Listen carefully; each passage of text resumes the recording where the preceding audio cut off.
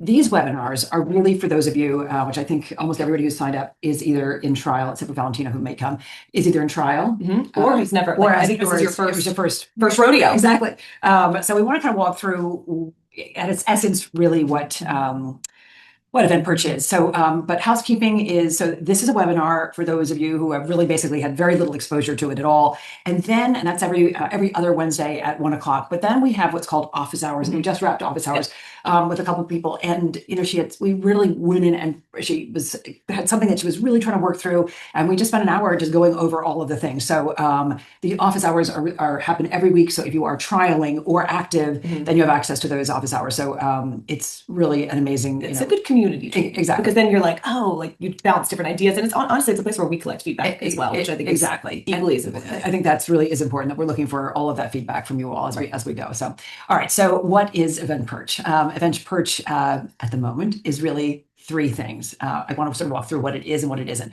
All right. We started, first of all, eventPERCH was birthed like 25 years ago. I'm going to give you the nasal story. Where it all began was that we were doing an event. Dawson was barely out of high school then. You weren't probably even in high school. I was not at this event. I've never been happy to not be in an event. Right. So we were doing an event, and we at that point were doing timelines in Word, as I think probably the majority of people are. And I had learned that the less information you give people, the more compliant they are. And that is universally known. I did not discover that, although I was like, oh, if you give somebody a 20-page timeline, people gloss over, and the transportation don't want to know what the hair and makeup people does, and vice versa. So we would go in, and we were doing about 10 timelines, and I had a bride, and she did not want to have a first look.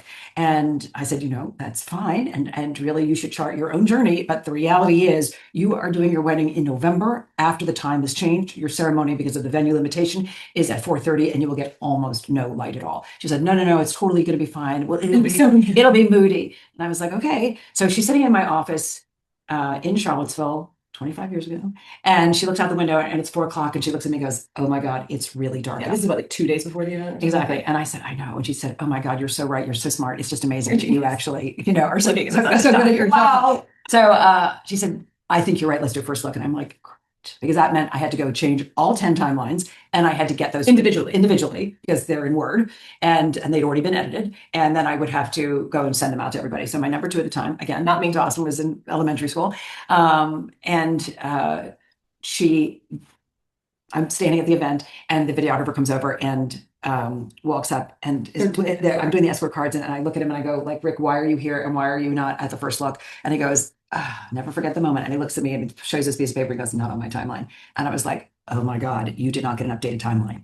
And thus eventPERCH was birthed. Yep. So to me, and not to everybody, but to me, the most important part of eventPERCH is really, and budgets has its own amazing moment, but really I'm on the budget train. Yeah, exactly. But really timelines is really, for me, where it all started. So all of this, though, we're doing timelines, we're doing budgets, and we're doing payment schedules. And originally what we have in FileMaker, which is where OG, where eventPERCH came out, and we were doing timelines, budgets, and guest lists.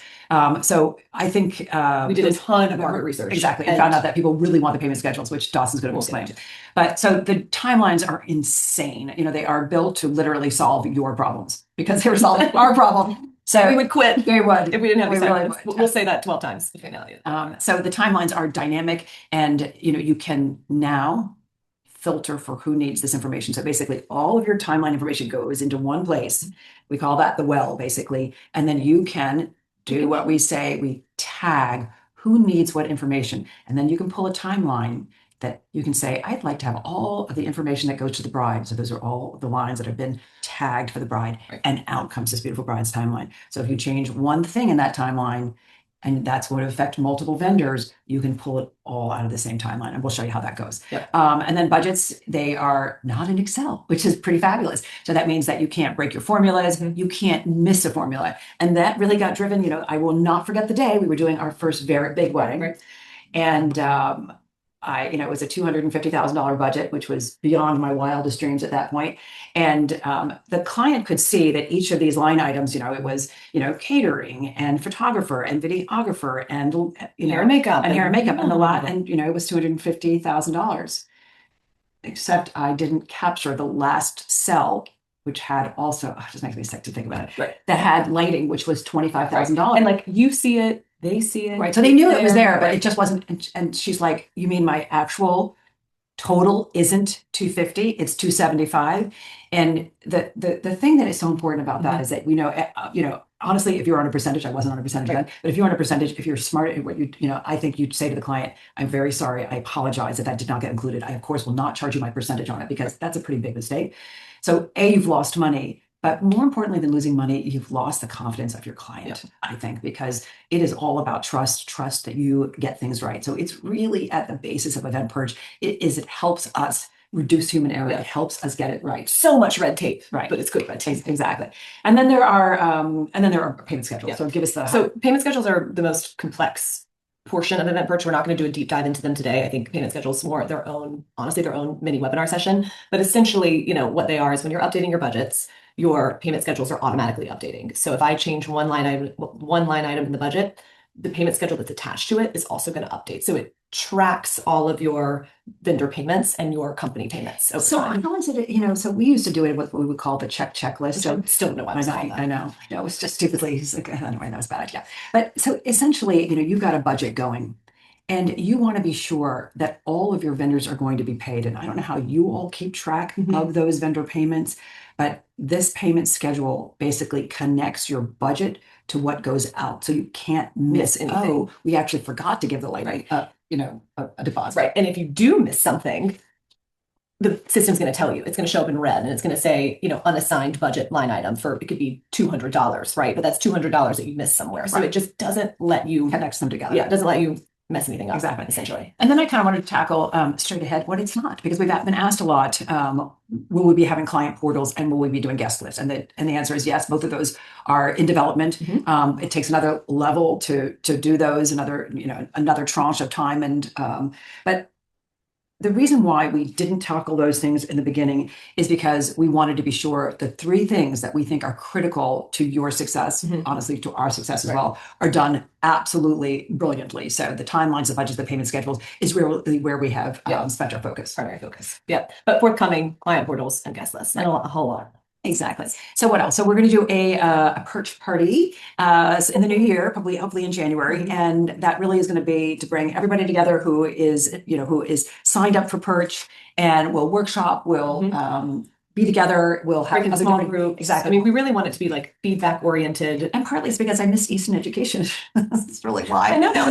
I know, exactly. So we evergreen to Eastern education, which is great, but I do miss the community that we had. So it's really and a lot of, which is lovely, a lot of people who have signed up have come through Eastern education because they are familiar with this. They understand exactly. So I think that's been important. So all right, just once again, we think that I really, hand on my heart, think that Perch is game changing for our industry. I think we literally say if someone took away our eventPERCH, we would stop doing what we do, because it is what we travel all around the world doing events, and I think we have never been anywhere where we have not been told by the venue. We've never seen paperwork like this. We have never seen this kind of information. And nothing does make us happier, funnily enough. And, as a little side note, it's sort of amusing, maybe not so amusing, that it used to be our competitive edge. We were selling. Don't even get me started. When I walked into Dawson and I said one day, you know what, I think we really should. I think it's time. We had so many people. Marcy was asking me every 20 minutes, when am I going to get eventPERCH? So I was like, let's just do it. And then Dawson was like, and that's what we've been selling. How are we going to sell? That's when we get on calls to people and we would say, we have proprietary software that no one else in the industry has access to. And it's the biggest and the baddest and the most robust. And now everybody can have it. Until now. So I do think that it is part of your arsenal it's part of your professional cloak, your armor of being really buttoned up and really great. So I think just again, I think the timelines are amazing because they're going to curate the information that each player needs. Your bride, your groom, your caterer, your hair and makeup, your transportation. It just really you're able to really, and sometimes we get executive protection or we get an efficient. You can make a timeline for anybody and have it just get the information that they need. And when the father or the bride turns to you and says, I just can't believe how insanely good this system is, that also makes it feel pretty good too. I made a pet timeline the other day. You did for a really? pet. Yes. That's just created a new thing for a pet. That's funny. Anyway, you can do anything. Right. And then I think, Lynn obviously loves the timelines. Oh, we'll get to sequencing and all that. But my favorite part of event purchase, honestly, the budgeting and the payment scheduling piece, because to be honest, I'm just not that smart. But event purchase smart. It's smart. Event purchase smart, so it saves you from yourself. Exactly. All right. So let's do, I'm going to leave it to you to jump in. I'm going to walk you through, we're going to literally start with, how to sign up, how to log in. Yep. Okay. So this is, if you've been here, this is our. Here we go. This is eventperch.com. Right. So this is ultimately where you will log in, because you will sign up likely. So you'll sign up, log in here, but this is also where you can kind of, before you commit to anything, you can give a read through on our features. So it goes through all of our features in depth, all of our pricing. This picture is of Saint-Tropez. It is, you're so right. So plans starting for as low as $29.99 a month and scaling up to $99.99 a month. It's based on number of users and number of events. So scale just according to your business model. The Help Center is a knowledge base that basically you can ask it any questions you want. Like if you want to really learn more, you always have the knowledge base as a resource. And it's really nice to have had this birthed in the age of AI because 100%. PIP, is that what we just, do we get? We're about to go to Okay. that. Pip's a genius. Pip's a genius. We love Yeah. it. Okay. And what else? And then we have blogs, just if you wanted to, Read our blogs. some light reading. Okay. Yeah. So anyways, that is the eventPERCH website. You can log on anytime, learn more, and sign up here. Okay. So we'll toggle over now, I think, to your first login, basically what your screen will look like after you sign up and are ready to go. So this is our projects page. So this is the first page once you activate where everything is going to land. We'll start with tutorials. So first things first, actually, you're not seeing it on this screen because this is a sample built out project. So I've already gone through the tutorials, but when you first log in, you will have a step-by-step tutorial. So it'll be this little pop-up window and it's going to take you through every single painstakingly how to get it, how to navigate. Trust us, it's there. And it has little captions and it's going to take you through step-by-step everything you need. If that's not the way you like to learn, you can ignore it and you can go to PIP. Sometimes I don't like to learn that. I don't. We built it. Yeah. Some people are selling theirs. Yeah. And I still accept it. So anyway. That is why we have PIP. So PIP is always going to be on the bottom right-hand side of your screen. You can ask PIP any questions and he gets back to you immediately. And if PIP is not being helpful, we also want to know that. So just say like, you're not being sometimes helpful. I yell at PIP. You do. Sometimes I see it on the back end. Like, be nice for PIP. But you can, you can always ask to. I know they're following. I try to be nice. I should be like, hi, Dawson. But you can always ask for an agent, aka myself, a writer, and soon to be Jess. Soon to be Jess too, who is fantastic. You guys are gonna love. But somebody is always here for you to answer your question in any way, shape, or form. And really, PIP is really smart. Basically, when I started to use eventPERCH, because I'd been using it in a different format in a file maker. I had to learn. And so I literally got in there and I wanted to make a template. Like, as I said, we keep going to Saint-Tropez. You can go in and you can make a template, but PIP teaches you how to do this. You just ask it, I want to make a template. And it's going to be like, don't be stupid. I'm going to show you right here. To make a template, open the timeline or budget you want to reuse. Yeah, it's beautiful. Okay, it's a beautiful thing. Okay, so anyways, you can see how quick it is. Yep. So now we're going to do just high-level navigation bar and workspace settings. So we'll start down here. Your workspace settings are in the bottom left-hand corner, if you can see my mouse. So we'll start with settings. This is, as you're setting up your workspace, one of the first things that you're going to do along the way. So you'll fill in all of your business profile information. This is where you're going to upload your logo. So I think one benefit of eventPERCH is it's completely white labeled. You don't see any eventPERCH anywhere on any of your exports. So you'll upload your own logo, all of your website details, Instagram details, etc., all your business related things. Your team members. So this is where, and this is very important because it has tripped some people up before. Whoever is Lynn obviously is the primary administrator of our Easton Events account, right? So we all sign up because she invites us. So this is how you invite your team to become an eventPERCH member. You are not logging into eventperch.com/sign-in and signing in individually. You're going to go in and you're going to say invite team member, and you're going to invite all of your team members. From there, you can decide if they're admin, meaning they have full access, or if they're editors, meaning they can create and do certain specific things and maybe not others. Your customization. So this is where all of your I went to plans and billing, sorry. This is where your plans and billing is going to go. But your customization, sorry. It takes you to Stripe if you click on plans and billing. But your customization folder is where you're going to build out all of your tags, which we'll get into a little bit later. So your tags all are going to live here. Oh my God, I think I clicked it again. Sorry.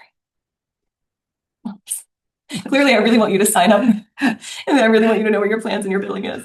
All right, so now let's go to where everything lives. So Again, we're back at the home page. This is your project page. This is where everything lives. So everything that we have built out right here, these are just sample client projects. And projects, in my mind, the way I like to think of it is like it is the full wedding weekend. Yeah. So that's the welcome party, the Rehearsal dinner, rehearsal the farewell dinner. brunch. So that's the project.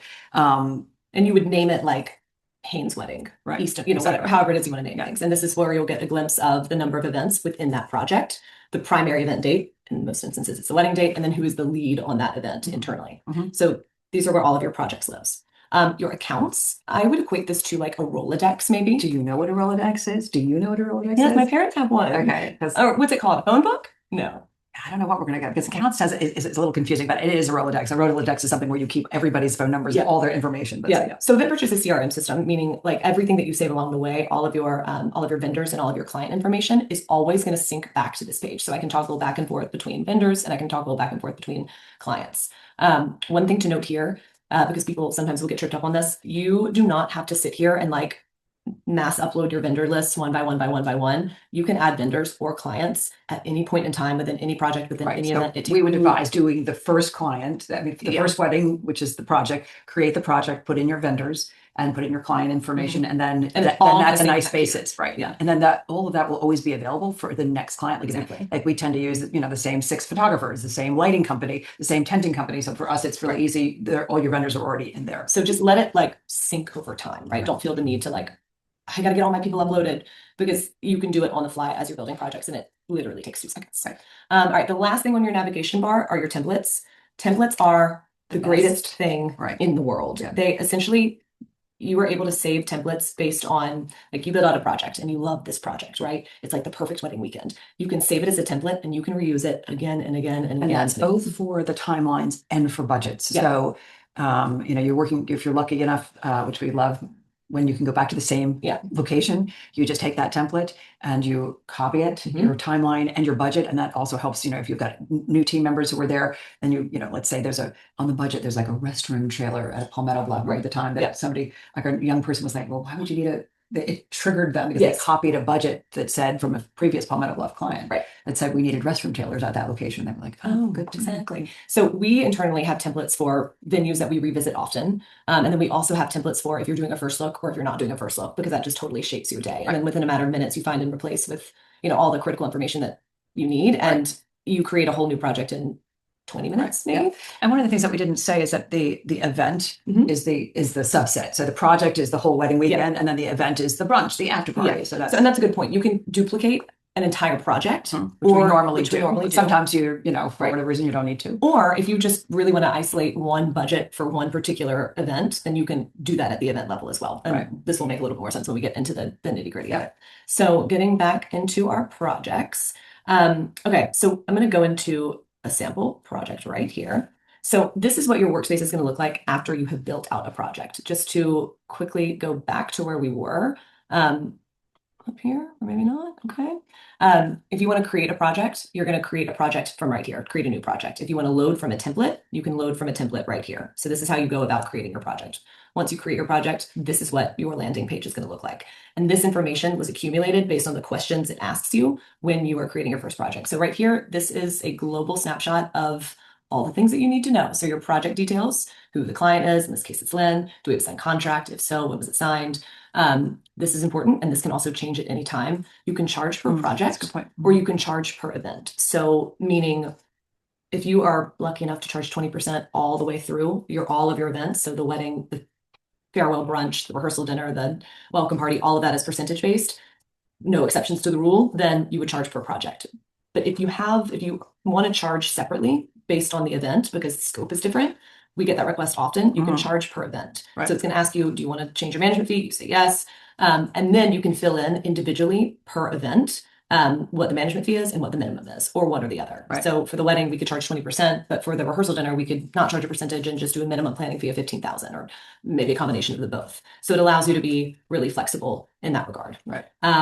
Your project financial overview. So this again is a bundle of all of your events. So you can have a quick high level glance of like, okay. I remember we were on a call with a dad, and he was very, very wealthy. And he was like, I don't want to be bogged down in the details. Just give me what the whole nut is. And with, 10 seconds, we could pull the project budget So we could say it's $2.5 million Yep. for the 3 events because it's right there. So that makes you look Really good, really Right, badass. Yeah. exactly. Yeah. So, and that's a good point. So just everything that's on a project level lives at this top portion of your navigation, right? So this, again, your project is a, what's it called? Like a combination or a whatever, it's a compilation, accumulation, yeah, of all of your sub events. So if you want to look at things globally, you can look at things globally. If you want to look at things at the event level, every event has its own little folder down here. So if I was to click on wedding, for example, this is where I look at my wedding timeline, my wedding only budget, my wedding only vendors, company payout, vendor payout, etc.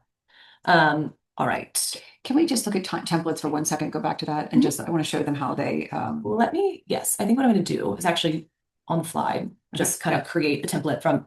So for example, this is a great example because we can do an event template. So let's say that we've not made a wedding template yet for this, or we've not made a wedding event yet, right? So I'm going to just name this wedding 2, and it's going to live within this project.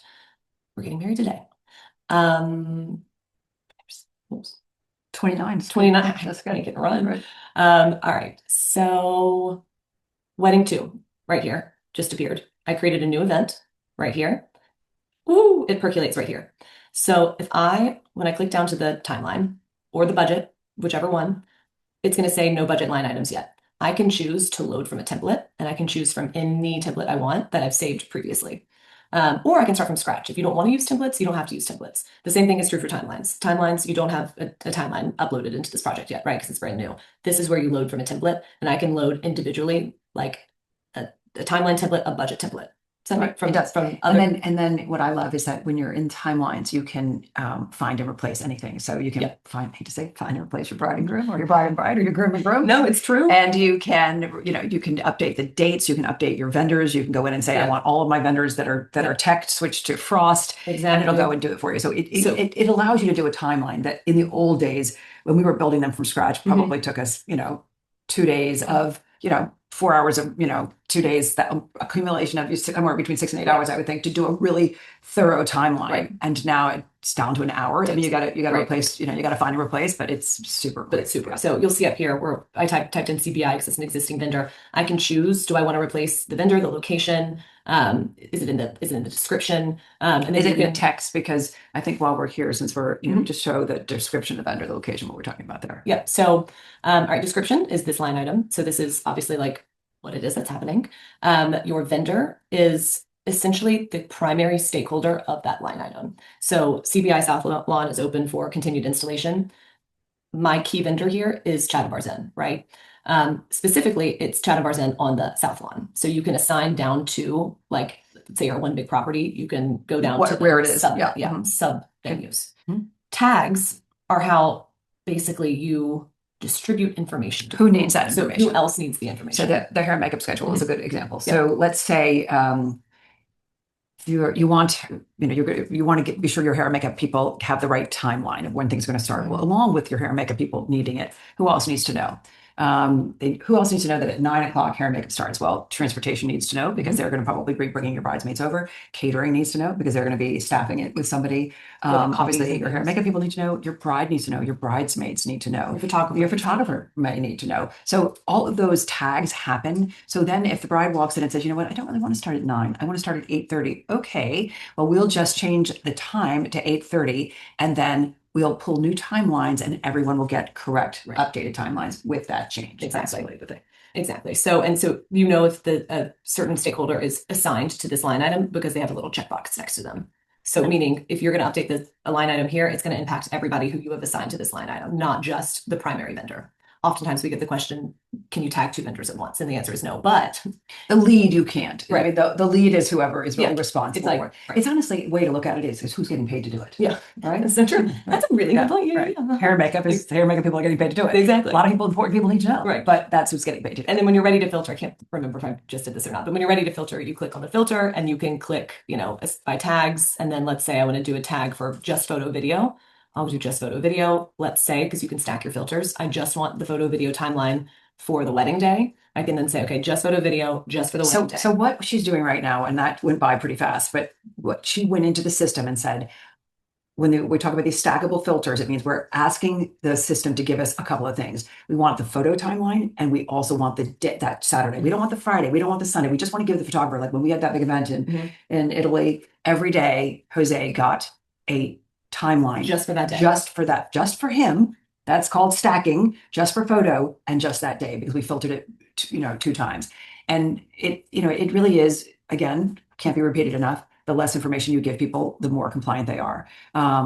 Which maybe leads us to like smart sequencing, my favorite thing. I know. Can I show one thing though? Yes, So here, when you export, you can choose if you want to hide your filters or not. I like to keep my filters like not hidden, Okay. but that you know exactly what. And But this is I don't think what it's anybody gonna here is say. seeing what it looks like when it's Yeah. exported. Okay. So Yeah, when you good. export your timeline, Okay, so those are your filters. You can see that basically it's looking for the photo video only, and it's got the day. And then the naming system is malleable, so it's customizable. So whatever you want to name it as, you can. And this is what the PDF looks like, and your information is at the bottom, and your logo's at the top. So then let's move on to sequences, because that is the other. So I think the story that goes along with sequencing is that we were twice now. We have had weddings in Maine in September. And the story is, sorry, we're not saying that, but because I think we're going back. So we are. Yeah. And 2 years, with 1 year in the middle, we had hurricanes coming up the coast.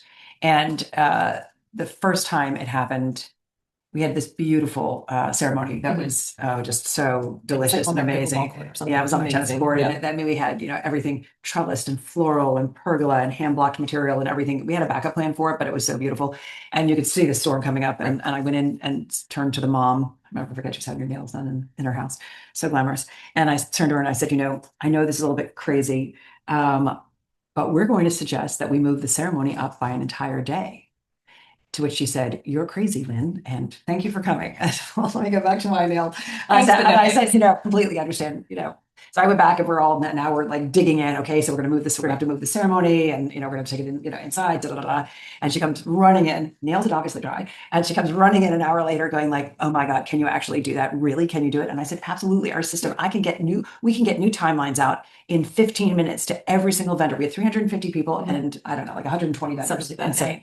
I said, I can get everybody this information, and we can do it." And within 15 minutes, we had produced all new timelines with all new dates, with all new everything. And we went in, and because things are sequenced, I'm going to show you this, it makes it really easy to update this information. Because normally, if we're moving something from 4 o'clock to 1 o'clock, think of all that ripple effect that would have had to have gone in, that would have been manually would have had to have been changed. But the beautiful thing about our timelines is what we call sequencing, which means that one item is in a relationship with the next thing. So for us, for example, I'm going to put the window so it's easier to see. For us, for example, the time of the ceremony is 30 minutes. So you can see we've gone in and we have put that the ceremony is 30 minutes, which drives it to 4:30. And then we know that always the ceremony wraps when the ceremony is finished. So therefore you see how that has a relationship. And then we're going into cocktails. So you can see the 4:45 to 6 p.m. and then cocktails wrap.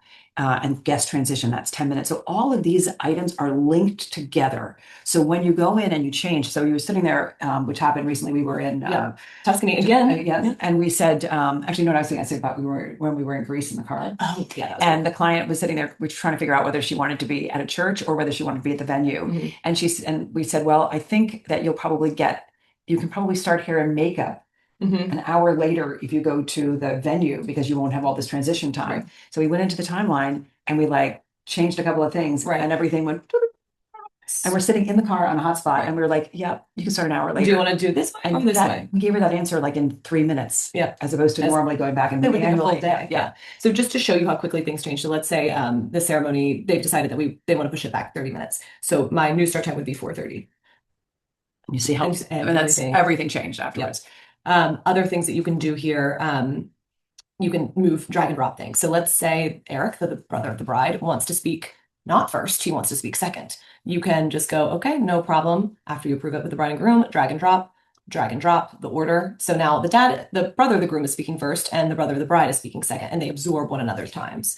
You can also change duration times of things as well. So let's say your ceremony was pushed back by 30 minutes. So you no longer want a 75-minute cocktail. You want a 60-minute cocktail. You just change the duration and everything happens. And so the other thing that I think is so great about this is that, with all these sound ordinances and obviously the sunset, this helps you to be sure you're clearing those hurdles so that, you didn't do your transition after, there is no mistake about what time if you know that your ceremony is 30 minutes and you know that cocktails is going to be an hour, you know it's telling you when these hits are happening, and you can look at that against your sunset, which we always put in, and you can be like, "Ooh, we're transitioning Right. after dark. That's Right. not going to work." Right. Or our music is Or past our sound ordinance, because our sound ordinance is at 10. yeah, exactly.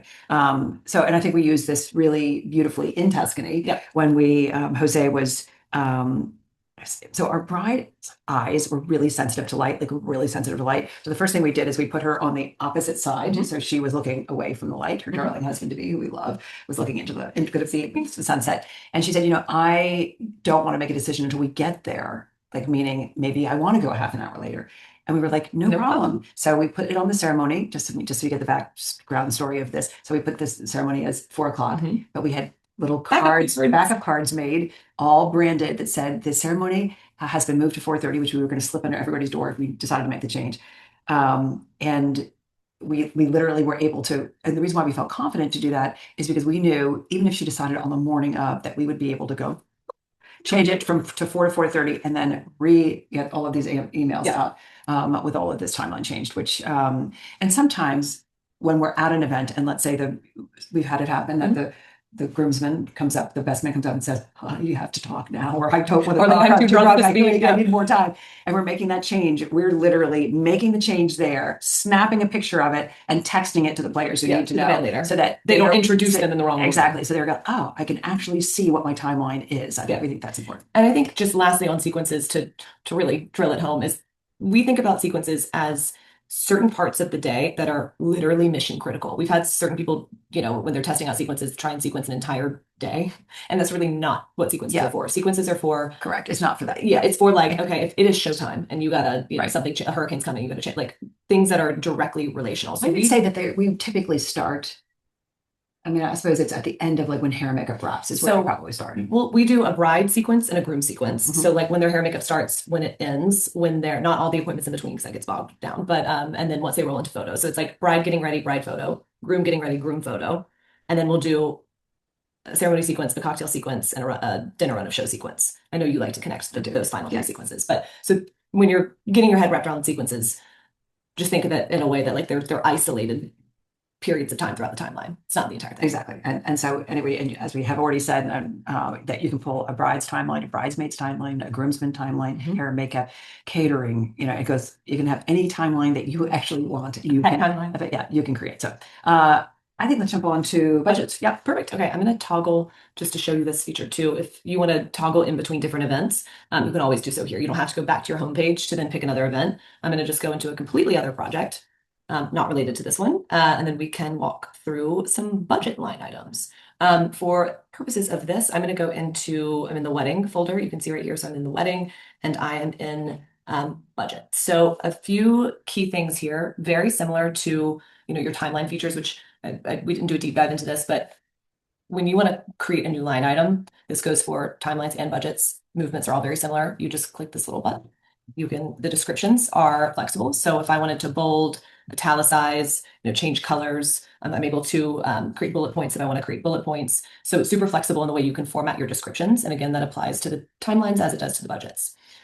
Your vendors. So this is your primary stakeholder of that line item, meaning this is a line item on, in this instance, it's the country club. This is a line item on the country club's invoice. You can go by quantity, per person, or you can just say, one at $300,000, however much your catering is going to cost, hopefully not that much. Your payment groups, we're going to get into on a completely different webinar session because they're your company expenses. So this is anything that you are being reimbursed for along the way. So let's say your, client looks at you and says, "Can you buy my party props?" Yes, I can buy your party props. You add in a party prop line item and you click company expense because you are paying for that line item. So it goes directly then into your company payout section as well. So it picks up on that. Your in your project overview, when you're building out the events and you're picking, am I percentage or am I flat or am I a combination of both? If you have selected percentage and you've selected 20%, let's say, all of these checked boxes are going to automatically default to checked as a fee, and it's going to be whatever percentage that you assign in the beginning. So every single line item here that you see is taking 20% of all of the line items. Other buttons to explore here, your categories. Just to quickly talk about categories. So your categories are built in your workspace settings. We'll have a whole nother tutorial on that a little bit later, but not all budgets we recognize. Not all of your events are going to be different, right? All of your clients' needs are going to be different. So let's say in this particular instance, your client does not need certain things shown in their budget because they don't apply. You can pick and choose what you want to show in your budget. So for example, here, you can see what's hidden. You can see that we have hidden catering too, which we use internally for vendor meals. Sometimes people like catering and venue to be together because it's, one at the same place. So in this instance, you could click catering and venue and unclick them individually, right? So it just allows you to customize your workspace by event or by project. So that is where you will pick and choose what you want to show. Budget setup. So this is a relatively new feature that allows you to set your target budget. So in the very beginning, when you're building this out, this is going to read a little wonky just because it's a fully built out budget. But let's say in this instance, my target budget is 500,000. My number's right yet. So, and I want to include my management fees and I want to set it up per category. So that means that by category, you don't have to do it this way. You can just have one big number. But let's say my catering is, $30,000 as an example. I'm just going to go ahead and save budget, show you what this does. So you will see automatically all of these numbers are going to percolate. And if they're in red, it's because I'm $125,000 over. I wonder if there's any green. No changes. So basically, you will always, if you set your budget variance in the very beginning and assign what you want each category to ultimately, cost, as you make your budget updates, it's always going to show you the variance and it's going to pull in either red and green along the way.